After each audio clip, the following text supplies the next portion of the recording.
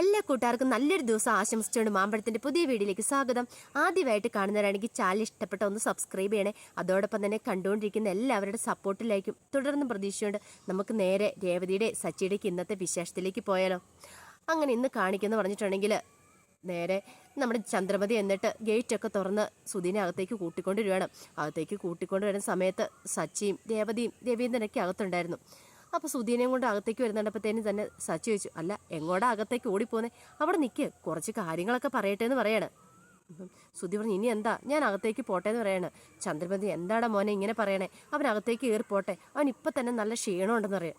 അവൻ്റെ ക്ഷീണം, അവനെ അകത്തേക്ക് കയറി പോകണമെങ്കിൽ എൻ്റെ പൈസ എനിക്ക് കിട്ടണം. അവൻ്റെ അക്കൗണ്ടിൽ പൈസ ഉണ്ടല്ലോ, അവൻ ആ പൈസ തരട്ടെ, എന്നിട്ട് അവൻ അകത്തേക്ക് കയറി പോട്ടെ എന്ന് പറയണം. ഇനിയിപ്പോൾ പൈസ എടുത്തു തരാൻ പറ്റില്ല, വേണ്ട, എനിക്ക് ചെക്ക് എഴുതി തന്നാൽ മതി എന്ന് പറയാം. അവിടെ സുധി ഒന്നും മിണ്ടാതെ കുഞ്ഞിക്കുക. എന്താടാ നീ കുഞ്ഞിക്കുന്നത്? കാര്യം പറയാണ്. ഇവിടെ ചന്ദ്രമതി പറഞ്ഞു, അവൻ്റെ ഈ പൈസ ഇല്ല മോനെ എന്ന് പറയണത്. പൈസ ഇല്ലേ? ആഹാ, അത് കൊള്ളാലോ. പൈസ പിന്നെ എവിടെ പോയെന്ന് ചോദിക്കുകയാണ്. അവൻ്റെ അക്കൗണ്ടിൽ 50 ലക്ഷം രൂപ ഉണ്ടായിരുന്നല്ലോ എന്ന് പറയാം. സുധി പറഞ്ഞു, എൻ്റെ കയ്യിൽ ഇല്ലയെന്ന് പറയാണ്. ഓഹോ, പഠിത്ത നാടകമായിരിക്കും ഇതല്ലേ എന്ന് ചോദിക്കണം. ചന്ദ്രമതി പറഞ്ഞു, അതല്ല, അവനെ പറ്റിച്ചിട്ട് അവനെ സ്നേഹിച്ച പെണ്ണ പൈസയും കൊണ്ട് പോയെന്ന് പറയാണ്. ആഹാ, അത് കൊള്ളാലോ. അങ്ങനെ ഒരു നാടകമൊക്കെ എൻ്റെ ഇടയ്ക്ക് നടന്നോ? നിങ്ങൾ ഇനി എന്ത് പറഞ്ഞാലും ഞാൻ വിശ്വസിക്കില്ല. എനിക്കറിയാം, എൻ്റെ അടുത്ത് പറയുന്നത് കള്ളത്തരം പറയണ്ട. പൈസ തരുവാണെങ്കിൽ ഇവനകത്ത് കയറും, ഇല്ലെങ്കിൽ ആ വീടിന് വെളിയിലാന്ന് പറയാണ്. പെട്ടെന്ന് രവീന്ദ്രൻ പറഞ്ഞു, സത്യവും മോനെ പറഞ്ഞേ, അവൻ്റെ ഈ പൈസയൊന്നും ഇല്ലയെന്ന് പറയണേ. അച്ഛൻ എന്തായി പറയണേ? വെറുതെ കള്ളത്തരം പറയില്ലെന്ന് പറയാണ്. നേരായിട്ടുള്ള കാര്യമാണ് പറയണേ. അവൻ്റെ ഈ പൈസ ഇല്ലാത്ത തന്നെയാണ്. അവനാ പണം ഉണ്ടല്ലോ, അവനാ പണം ഒരു പെണ്ണിന് കൊണ്ടേ കൊടുത്തെന്ന് പറയാണ്. പെണ്ണിന് കൊണ്ടേ കൊടുത്തോ? ആ, ഒന്നും പറയണ്ട മോനെ, അവൻ സ്നേഹിച്ച പെണ്ണ പണം കൊണ്ട് അവനെ പറ്റിച്ചിട്ട് കടന്നു കളഞ്ഞെന്ന് പറയാം. പിന്നീട് രവീന്ദ്രൻ നടന്ന കാര്യങ്ങളൊക്കെ പറയാം. അവിടെ ചെന്ന് കഴിഞ്ഞപ്പോഴത്തേനും അവന് ചന്ദ്രമതി ആഹാരം കൊണ്ടേ കൊടുത്തു. പിന്നെ അവിടെ ഇട്ട് താൻ അവനെ അടിച്ചതും ആ കാര്യങ്ങളൊക്കെ വള്ളി പുള്ളാതെ വിടാതെ പറയാം. ഇതെല്ലാം കേട്ട് കഴിഞ്ഞപ്പോഴത്തേനും സച്ചി പൊട്ടിച്ചിരിക്കുകയാണ്. കൊള്ളാം, അസലായിട്ടുണ്ട്. നീ എൻ്റെ അച്ഛനെ പറ്റിച്ച പണമായിട്ട് പോയപ്പം നിന്നെ പറ്റിച്ച ആ പെണ്ണ് പണം കൊണ്ട് പോയില്ലേ, എങ്ങനെ ഞാൻ ചിരിക്കാതിരിക്കൂടാ. ഇതാണ് പറയുന്നത്, ദൈവം എന്ന് പറയുന്ന ഒരാൾ മുകളിലുണ്ടെന്ന്. ഈ ചിരിയും കൂടെ കണ്ടു കഴിഞ്ഞപ്പോൾ സുധിക്കും ചന്ദ്രമതിക്കും ആകെപ്പാടെ ഒരു നാണക്കേടായിപ്പോയി. ഇത്രമാത്രം പ്രതീക്ഷിച്ചില്ല. സച്ചി എന്തേലും ചീത്ത പറയുന്ന പ്രതീക്ഷയെ പാര സച്ചിയും കൂടെ പൊട്ടിച്ചിരിക്കുകയാണ്. സച്ചിക്ക് ഭയങ്കര സന്തോഷമായിപ്പോയി ഇവനോട്ട് 8ന്റെ പണി കിട്ടിയെന്ന് പറഞ്ഞപ്പം. സച്ചി പറഞ്ഞു, പിന്നെ എനിക്ക് ഈ കാര്യമൊന്നും അറിയണ്ട, എനിക്ക് എൻ്റെ പണം കിട്ടണം. പക്ഷേ നീ ഈ വീട്ടിൽ കയറണമെങ്കിൽ എന്ന് എനിക്ക് ആ പണം തരും എന്നറിഞ്ഞിട്ട് വീട്ടിൽ കയറിയാൽ മതി എന്ന് പറയാണ്. ഒരു 6 മാസം, 6 മാസത്തിനുള്ളിൽ നിനക്ക് ആ പൈസ എനിക്ക് തരാൻ പറ്റുമോ? അങ്ങനെ ഉണ്ട് മാത്രം വീട്ടിൽ കയറിക്കോളാൻ പറയണം. ചന്ദ്രമതി സുധീനെ ഒന്ന് നോക്കി. സുധി പറഞ്ഞു, തരാം എന്ന് പറയണേ. ചന്ദ്രമതി തരും, അവൻ തരും, 6 മാസത്തിനുള്ള പൈസ തരുമെന്ന് പറയണേ. 6 മാസത്തിനുള്ള ചുമ്മാ തരുമെന്ന് പറഞ്ഞിട്ട് കാര്യമില്ല, തരുമെന്ന് പറഞ്ഞ പണം തരണം.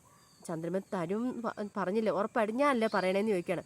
അന്നൊരു കാര്യം ചെയ്യാം സുധി, നീ അമ്മയുടെ തലയിൽ തൊട്ട് സത്യം ചെയ്യാൻ പറയണം. ചന്ദ്രമതിയുടെ കയ്യിലിരുന്ന ബാഗും എന്തായാലും താഴേക്ക് പോയി. ചന്ദ്രമതി ഒരിക്കലും പ്രതീക്ഷിച്ച ഒരു ടിസ്റ്റ് അല്ലാതെ അങ്ങനെ ഒരു കാര്യം എന്ന് പറഞ്ഞിട്ടുണ്ടെങ്കിൽ തൻ്റെ തലയിൽ തൊട്ട് സത്യം ചെയ്യാന്ന് പറഞ്ഞിട്ടുണ്ടെങ്കിൽ സുധിക്ക് എന്താളും കൊടുക്കാൻ നിവൃത്തിയില്ലെന്നറിയാം. പക്ഷെ വെറുതെ ഒരു വാക്ക് പറഞ്ഞാണ്. പക്ഷെ തലയത്തോട്ട് സത്യം ചെയ്യാന്ന് പറഞ്ഞിട്ടുണ്ടെങ്കിലേ അപ്പോൾ ചന്ദ്രമതി പറഞ്ഞു, അവൻ പറഞ്ഞില്ല തരുമെന്ന്. പിന്നെ എന്താന്ന് ചോദിക്കുകയാണ്. അല്ല, അങ്ങനെ പറഞ്ഞെങ്കിൽ പിന്നെ എന്താ, തലയത്തോട്ട് സത്യം ചെയ്യാൻ ഇത്ര ബുദ്ധിമുട്ട്? തലയത്തോട്ട് സത്യം ചെയ്യാൻ പറയണം. അവസാനം നിവൃത്തിയില്ല. സുധി എന്ത് ചെയ്യാണ്, ചന്ദ്രമതിയുടെ തലയത്തോട്ട് സത്യം ചെയ്യാം, 6 മാസത്തിനുള്ളിൽ ഞാൻ പൈസ സച്ചിക്ക് കൊടുത്തോളാന്ന്. പിന്നെ സച്ചി പറഞ്ഞു, എന്നാൽ ശരി, അങ്ങനെ ആയിക്കോട്ടെ, ഇനി 6 മാസം കഴിയുമ്പോൾ നമുക്ക് ഇതിനെക്കുറിച്ച് ചർച്ച ചെയ്യാം എന്നും പറഞ്ഞുകൊണ്ട് അകത്തേക്ക് കയറി അങ്ങോട്ട് പോവാണ്.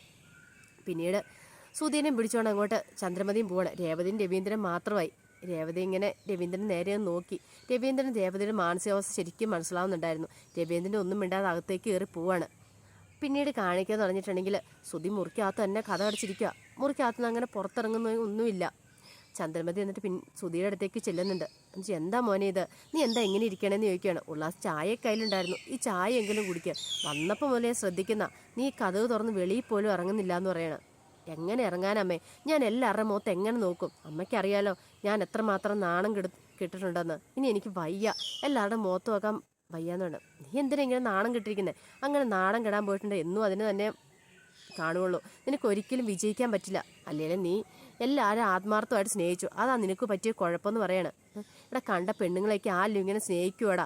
നീ ഒന്ന് വിചാരിക്കണ്ടായിരുന്നോ? നീ നിന്നെക്കുറിച്ചൊന്നും ചിന്തിക്കണ്ടായിരുന്നോ?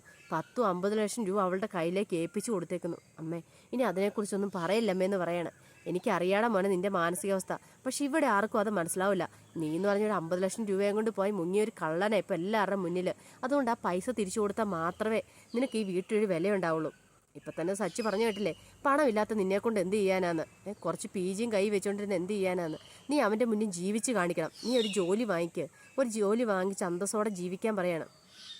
പെട്ടെന്ന് ശ്രുതി പറഞ്ഞു, ഞാൻ കുറച്ച് ഇൻ്റർവ്യൂസൊക്കെ അറ്റൻഡ് ചെയ്തിട്ടുണ്ടമ്മേ, പക്ഷേ ഇതുവരായിട്ടും ജോലിയൊന്നും കിട്ടിയിട്ടില്ലെന്ന് പറയണം. അവർ വിളിക്കും മോനെ, എന്നെങ്കിൽ മാത്രമേ നിനക്ക് എല്ലാവരുടെ മുന്നിൽ അഭിമാനത്തോടെ തല ഉയർത്തി നിൽക്കാൻ പറ്റുള്ളൂ.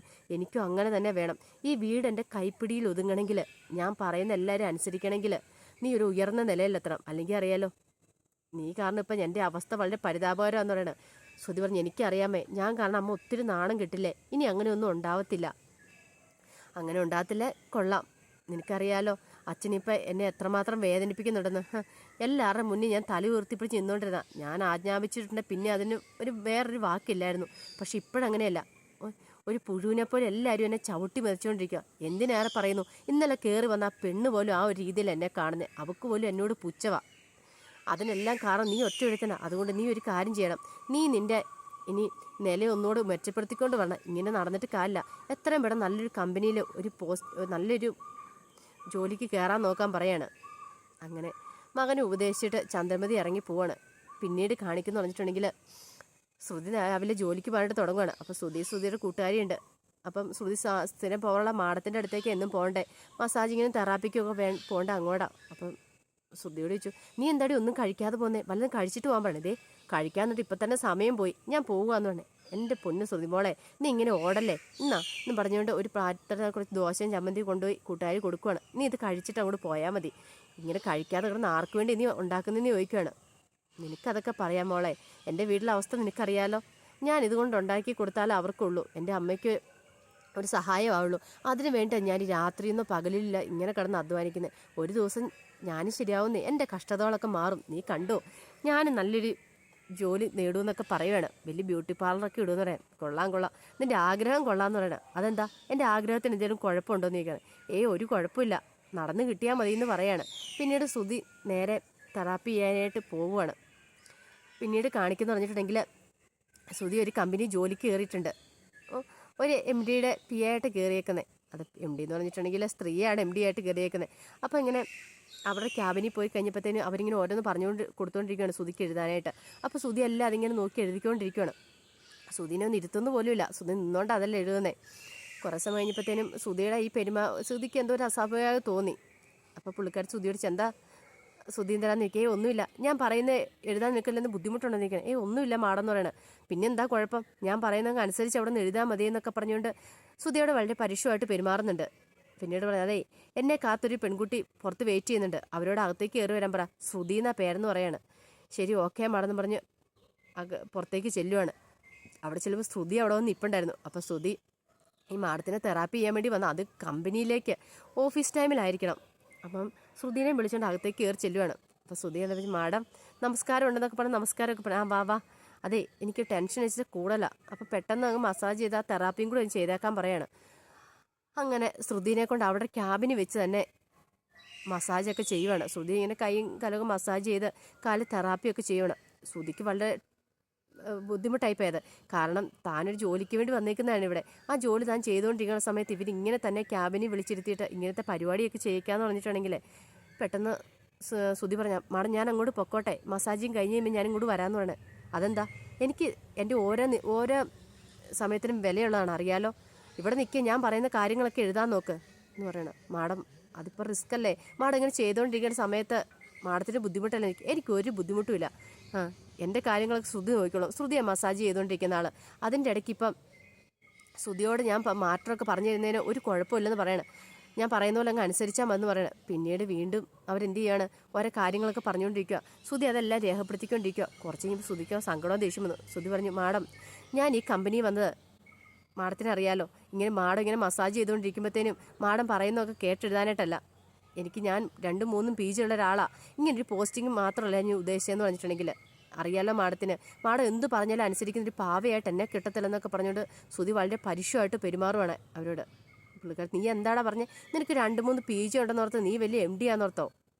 എടാ ഈ MD കസാലിലിരിക്കുന്ന ഒരു പെണ്ണാന്നോർത്തോണ്ട് നീ അവരെ താത്തി കെട്ടാൻ നോക്കുകയൊന്നും വേണ്ട. എനിക്കിഷ്ടമുള്ള പോലെ ഞാൻ ചെയ്യും കമ്പനിയിൽ, അറിയാലോ. നിനക്ക് മര്യാദയ്ക്ക് പറ്റുമെങ്കിൽ മാത്രം നിന്നാൽ മതി, ഇല്ലെങ്കിൽ നിനക്ക് പിരിഞ്ഞു പോകാമെന്ന് പറയണം. ഇത് കേട്ടോ ശ്രുതി ദേഷ്യപ്പെട്ട് അങ്ങ് പുറത്തേക്ക് ഇറങ്ങിപ്പോവാണ്. പുറത്തേക്ക് ഇറങ്ങി ചെന്നിട്ട് അവിടുത്തെ സ്റ്റാഫിനോട് പറഞ്ഞു, അതെ എൻ്റെ റിലീവിങ് ഓർഡർ, എനിക്കിനി ജോലി വേണ്ട, അതൊക്കെ തയ്യാറായിക്കോ, എനിക്കിനി ഒരു നിമിഷം പോലും ഇവിടെ നിൽക്കാൻ പറ്റില്ല എന്ന് പറയാണ്. എനിക്കിങ്ങനെ ഒരു ജോലിയുടെ ആവശ്യമില്ലെന്ന് പറയാണ്. ഈ സമയത്താണ് സുധി തെറാപ്പി എല്ലാം കഴിഞ്ഞിട്ട് അങ്ങോട്ട് ഇറങ്ങി വരുന്നത്. അപ്പോൾ സുധി നേരെ സുധിയുടെ അടുത്തേക്ക് വരുവാണ്.